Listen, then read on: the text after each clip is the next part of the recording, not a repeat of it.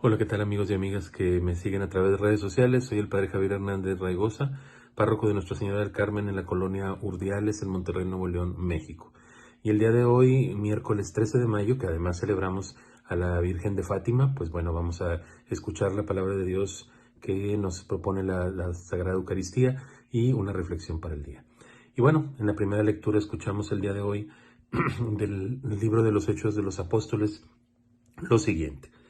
En aquellos días vinieron de Judea a Antioquía algunos discípulos y se pusieron a enseñar a los hermanos que si no se circuncidaban conforme a la ley de Moisés, no podrían salvarse. Esto provocó un altercado y una violenta discusión con Pablo y Bernabé. Al fin se decidió que Pablo, Bernabé y algunos más fueran a Jerusalén para tratar el asunto con los apóstoles y los presbíteros. La comunidad cristiana los proveyó para el viaje y ellos atravesaron Fenicia y Samaria, contando a los hermanos cómo se convertían los paganos y los llenaban de gozo con esa noticia. Al llegar a Jerusalén fueron recibidos por la comunidad cristiana, los apóstoles y los presbíteros, y ellos refirieron todo cuanto Dios había hecho por su medio. Pero algunos de los fariseos convertidos intervinieron diciendo: hay que circuncidar a los paganos y exigirles que cumplan la ley de Moisés. Entonces se reunieron los apóstoles y los presbíteros para examinar el asunto. Palabra de Dios. Te alabamos, Señor. Del Salmo 121 respondemos: vayamos con alegría al encuentro del Señor. Aleluya. Qué alegría sentí cuando me dijeron: vayamos a la casa del Señor. Y hoy estamos aquí, Jerusalén, jubilosos delante de tus puertas. Vayamos con alegría al encuentro del Señor. Aleluya. A ti, Jerusalén, suben las tribus del Señor, según lo que a Israel se le ha ordenado, para alabar el nombre del Señor. Vayamos con alegría al encuentro del Señor. Por el amor que tengo a mis hermanos, voy a decir: la paz esté contigo. Y por la casa del Señor, mi Dios, pediré a todos, para ti, todos los bienes. Vayamos con alegría al encuentro del Señor. Aleluya. Y en la aclamación al Evangelio escuchamos: permanezcan en mí y yo en ustedes, dice el Señor. El que permanece en mí da fruto abundante. Aleluya, aleluya. Y el Evangelio tomado del Evangelio según San Juan nos dice: en aquel tiempo Jesús dijo a sus discípulos: yo soy la verdadera vid y mi Padre es el viñador. Al sarmiento que no da fruto en mí, Él lo arranca, y al que da fruto lo poda para que dé más fruto. Ustedes ya están purificados por las palabras que les he dicho. Permanezcan en mí y yo en ustedes. Como el sarmiento no puede dar fruto por sí mismo si no permanece en la vid, así tampoco ustedes, si no permanecen en mí. Yo soy la vid, ustedes los sarmientos. El que permanece en mí y yo en él, ese da fruto abundante, porque sin mí nada pueden hacer. Al que no permanece en mí, se le echa fuera como al sarmiento y se seca. Luego lo recogen, lo arrojan al fuego y arde. Si permanecen en mí y mis palabras permanecen en ustedes, pidan lo que quieran y se les concederá. La gloria de mi Padre consiste en que den mucho fruto y se manifieste así como discípulos míos. Palabra del Señor. Gloria a ti, Señor Jesús. Pues bueno, muy interesantes las lecturas de hoy, porque por primera vez se habla en estas lecturas de los Hechos de los Apóstoles, en esta historia de las primeras comunidades cristianas después de la resurrección y ascensión de Jesús a los cielos. Se habla de la primera gran diferencia de pensamiento o de corrientes ideológicas en la iglesia que va naciendo. Eso es normal, porque conforme van creciendo, la cantidad de personas va aumentando y por supuesto también las formas de pensamiento y las fuerzas ideológicas se van concentrando. Y entonces, ¿qué pasa? Pues que por primera vez los discípulos tienen una gran discusión entre si los que vienen del paganismo se debían de circuncidar o no.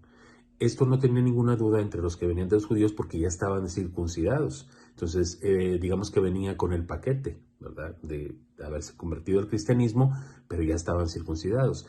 Y era lógico que ellos pensaran que esa era la manera más adecuada para entrar en esta nueva forma de religión, que conservar lo que tenían para asumir lo otro. Sin embargo, comienzan a darse cuenta, por eso lo recarga la lectura, que conforme van dando a conocer la buena nueva a los paganos, estos van recibiendo la acción del Espíritu Santo y no necesitaron circuncidarse. Por eso había una corriente, específicamente Pablo, que representa esta nueva forma de ver el cristianismo, esta nueva religión. Entonces, pues llama la atención cómo empiezan a tener los primeros problemas y surgió una discusión acalorada. No sabemos qué tan acalorado haya sido aquello, pero sí, al parecer causó mucho problema, que tuvieron que ir a Jerusalén a consultar. En ese momento Jerusalén representaba lo que para nosotros hoy representa Roma, ¿verdad? En el sentido de ser como el núcleo donde se juntaban los discípulos todavía. Después, por situaciones históricas, cambia a Roma y pues bueno, ya sabemos un poco la historia, que ahora nuestro centro de fe es Roma. Pero en aquel momento Jerusalén era el lugar específico donde se concentraba la fe, y vamos a ver después que ahí se realiza el primer concilio, es decir, para poner esta unidad de fe, porque lo que importa es permanecer unidos a la vid, que como lo vemos en la lectura es: si ustedes permanecen unidos a mí, yo soy la vid, ustedes los sarmientos. Si permanecen unidos a mí, tienen vida eterna y se van a mantener unidos. Entonces, para los discípulos también quedaba muy claro eso, que ellos, a pesar de la controversia, a pesar de las diferencias, tenían que ponerse de acuerdo por el bien de la iglesia y el testimonio que tenían que dar. Entonces, un signo de nuestra religión es precisamente eso, la unidad, que podamos llegar a acuerdos. No significa que tengamos todos las mismas ideas y las mismas formas de ver las cosas. Por eso dentro de la iglesia siguen habiendo círculos, tendencias, escuelas de teología que pues van teniendo sus propias profundizaciones, y de repente a lo mejor nos topamos con diferencias, pero al final todos somos hermanos, formamos parte de un mismo cuerpo y tenemos que dar testimonio de amor y misericordia. Entonces, por ese lado hay una enseñanza que aún a pesar de estas dificultades, aún a pesar de las diferencias que pudiéramos tener, vamos a llegar a un acuerdo, ¿verdad? Como ya sabemos después en la historia, que llegan a un acuerdo y deciden que sí, la ley de Moisés era buena, pero que los paganos no necesitaban circuncidarse para pertenecer a Cristo. Y entonces solamente se les piden ciertas cosas, ¿verdad? O sea, sí se conservan ciertas cosas de moral cristiana, que después lo vamos a ver en la lectura. Sin embargo, bueno, lo que nos tiene que quedar claro es que tenemos que luchar por mantener la unidad. Y luego en el Evangelio, no sé si se fijaron, Jesús, pues hay tres personajes, ¿sí? El Padre, el Hijo y nosotros. Es decir, pone yo soy la vid, el Padre es el viñador y nosotros somos los sarmientos, que estamos pegados a la vid, ¿verdad? Entonces, y dice: el sarmiento que no da fruto en mí, él lo arranca, ¿sí? Y y al que da fruto, lo poda para que dé más fruto. Entonces, hay dos aspectos interesantes, y de hecho, si se fijan, Jesús se concentra en dos: en el Padre y en nosotros, y él como punto de unión. Y luego aparte nos habla de dos maneras en las que Dios puede llevar a cabo su obra: o podando, ¿sí?, o cortando. Entonces, esta poda, entre cierta manera, pues son estas pruebas que tenemos cotidianamente, las formas en las cuales nosotros vamos viviendo, pero que tenemos que, dentro de esas pruebas, dentro de esas situaciones difíciles que estamos viviendo, estar pegados, ¿sí?, a la vid, a Cristo. Y si nosotros estamos pegados a Cristo, esta poda va a hacer que nosotros podamos cortar lo que realmente no nos está dejando crecer con Cristo. Porque a veces en la vida cotidiana vamos caminando con diferentes cosas que tenemos y que vamos como alejándonos un poquito. Estamos conectados, o sea, decimos que somos cristianos, pero a veces medio coqueteamos con otras cosas que no son de Cristo, y entonces las pruebas que pasamos es como para ponernos en nuestro lugar, para poner los pies sobre la tierra y ver dónde estamos parados. Entonces, tenemos que confiar en Cristo para que haya una conversión en nosotros. Una persona que quiere convertirse es aquella que reconoce que tiene puntos en los cuales quiere trabajar.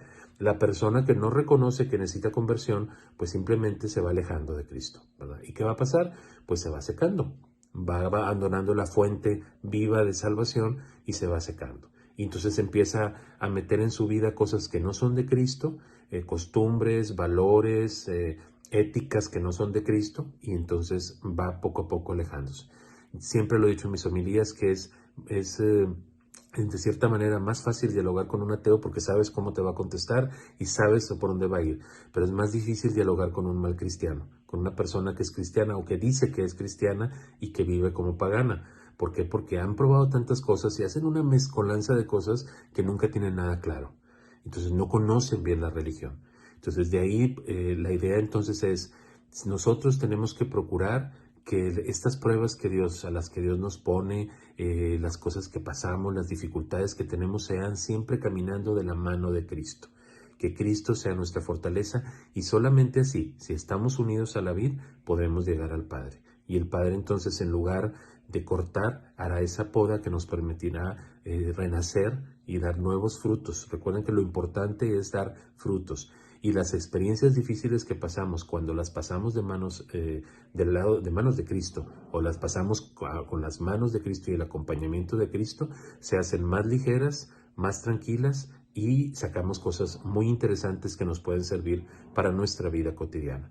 Te deseo que tengas un excelente día, cuídate mucho. Hoy tenemos una cita, si Dios quiere, para rezar el Santo Rosario a las 6 de la tarde por www.youtube.com/Padre Javier.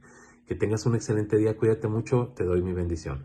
Que el Señor te bendiga en el nombre del Padre, del Hijo y del Espíritu Santo. Amén. Ánimo.